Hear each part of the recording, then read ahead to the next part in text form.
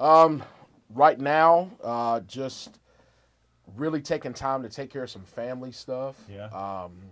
Had to help my grandmother get some things situated. I think we talked about it before with my grandfather passing last year. Right. A lot of things changed around the house and trying to get things in order and repairs done because she does want to stay in her home. Awesome. She does go back and forth right now between our homes and hers. So, just getting that done. And then I think I spoke to you working on a stand up routine Yeah. that I'm writing out. And I think that will be the direction I eventually want to go Yeah. with having a podcast and things like that.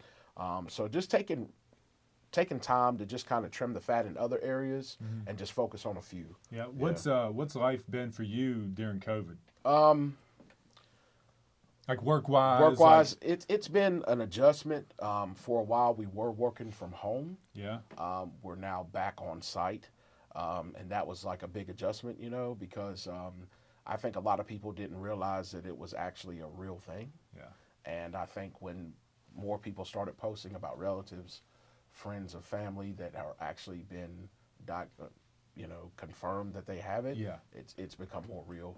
And of course, there is some anxiety around it because life continues, and you want to see family, you want to go to your favorite restaurants and stores, you want to have those interactions, and some of those things have been put on hold a little bit. So I think that some people are just not, quite comfortable with that. Yeah. Yeah. A year ago, Yeah. you were here, Yeah. and you and Jordan were in the middle of Glazed and Confused, Right. and you guys are no longer associate, or y'all are no longer doing that business, correct? Correct. Me or Jordan, we're both fully out of it. Right. The business is still running by another owner, Right. and they're doing well. Life had changed for both of us. Yeah. Jordan, had a addition to his family with his daughter, Yeah. which is great. We had different avenues Yeah. that were coming up, but we had a lot of support from the community, friends, yourself, Yeah. other people that patronized us and just wanted to help out. So I'm very, very thankful for that. Yeah. Yeah. So take us through that experience. Yeah, I would say for people that are interested in buying a business, becoming an entrepreneur, first things first, don't just go off what you read. It is going to require more effort than you probably ever gave. And make sure that what you're going into is something that you love. Yeah. I can admit that I did not love the business area that it was in, but I thought that it could work. So would you say that you just seen green, an opportunity to make money, and you thought that might be the avenue in which to go? Or like, did you think pastry business was something that you could get into, like really be passionate about? It actually wasn't either one of those. Yeah. What it was, I have a small list of things that I told myself that I wanted to try in life. Right. And speaking with you, you're like, hey, sometimes you take a risk. Yeah. I've always wanted to own my own business. I thought that I had the mentality and personality to do it. Mm-hmm. What I didn't realize is that until you're actually in it, you don't know how it's going to be.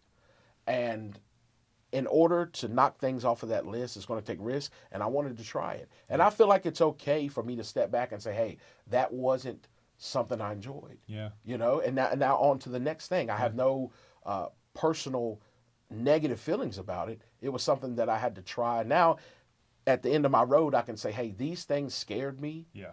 but I did it.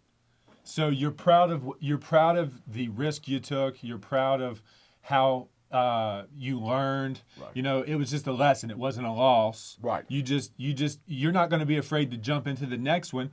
Now that you've learned, you're still open to those ideas and that opportunity, just not in that way. Right. Yeah. I think that the knowledge you gain from trying something like that, from Yeah. the paperwork to learning the logistics side, to learning about having your plan Bs, Yeah. going into things like that, you're not thinking about, what if we have bad weather? What if some of these major companies have a layoff? Yeah. How's that affect us? Yeah. Right?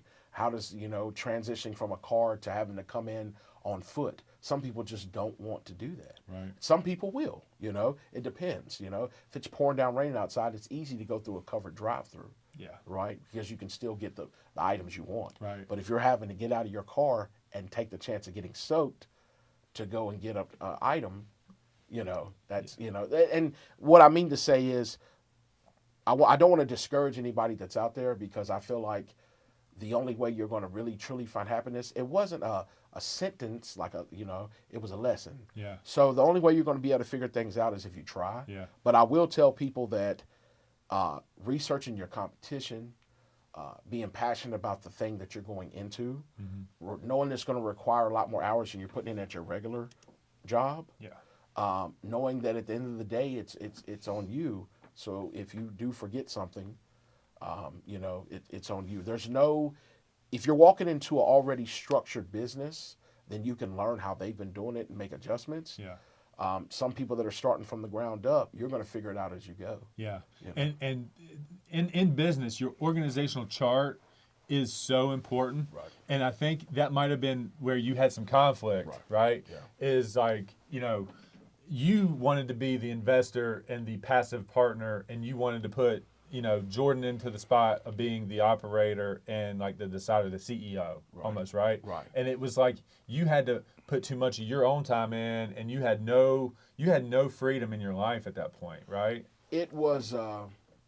I couldn't have done it without Jordan. Yeah. And I think we realized that we needed each other. Yeah. And I think that it took a huge toll on both of us. Right. It even spills over, like once you leave here, your work follows you home. Yeah. Because you're constantly getting listing change. I don't know how it works Yeah. for you. I mean, but every waking moment of my life, I've got an email to answer. Yes, all So, the time. yeah. So your work never ends. Right.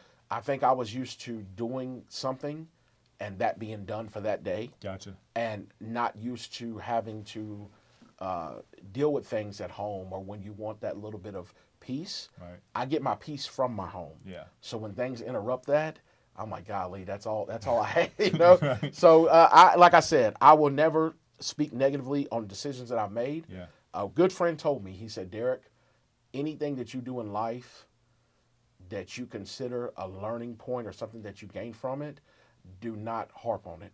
Yeah.